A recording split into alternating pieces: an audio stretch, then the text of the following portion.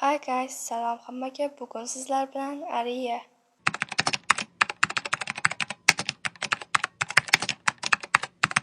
Bunaqa mavzuda video qo'yishim endi birinchi marta, shuning uchun meni qo'llab-quvvatlaysiz degan umiddaman. YouTube'ga nimaga kelgansiz?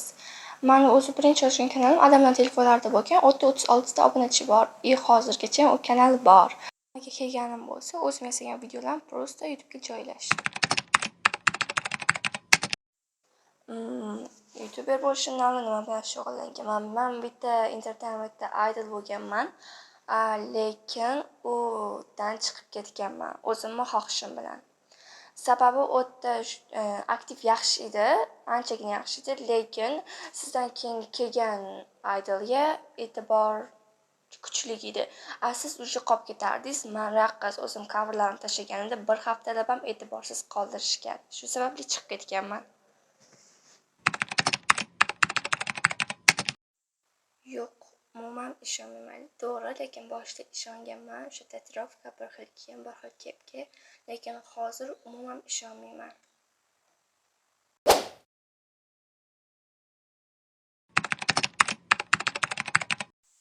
Okey, unda boshladim. O'zim entertainmentimni bir necha marta ochganman, nomlarini ham o'zgartirib ochganman. Birinchisi Raya bo'lgan, ikkinchisi Raya Moon bo'lgan, keyin Ruby Moon bo'lgan, keyin Kelvia bo'lgan. Hozir yana ochganim, yaqinda ochdim, lekin ancha oldin rejalashtirib yurgandim. Oxirgi marta ochgan entertainmentim 2025-yil ochilib, yana 2026-yil yopilgan. 1 yilgina bo'lgan. Aktiv yaxshi bo'lmagani uchun, coverlar vaqtida tashalmagani uchun shuning uchun yopganman. Chunki unda men sirasi aktiv bo'ladi hamma deb o'ylaganman, lekin bunga anchagina sabr, harakat kerak ekan. Aytgancha yana entertainmentim o'z faoliyatini boshladi. Agarda siz kastingda ishtirok etmoqchi bo'lsangiz, albatta kommentariyada priz belgisini qoldiring. Kastingda o'tish juda ham oson. Siz o'zingizni vokalist yo'nalishiga kirmoqchi bo'lsangiz, 15-20 soniyalik video jo'natasiz, ya'ni cover, reperda ham. Agar raqqos bo'lmoqchi bo'lsangiz, yarim minutli yoki 1 minutli raqsingizni jo'natasiz.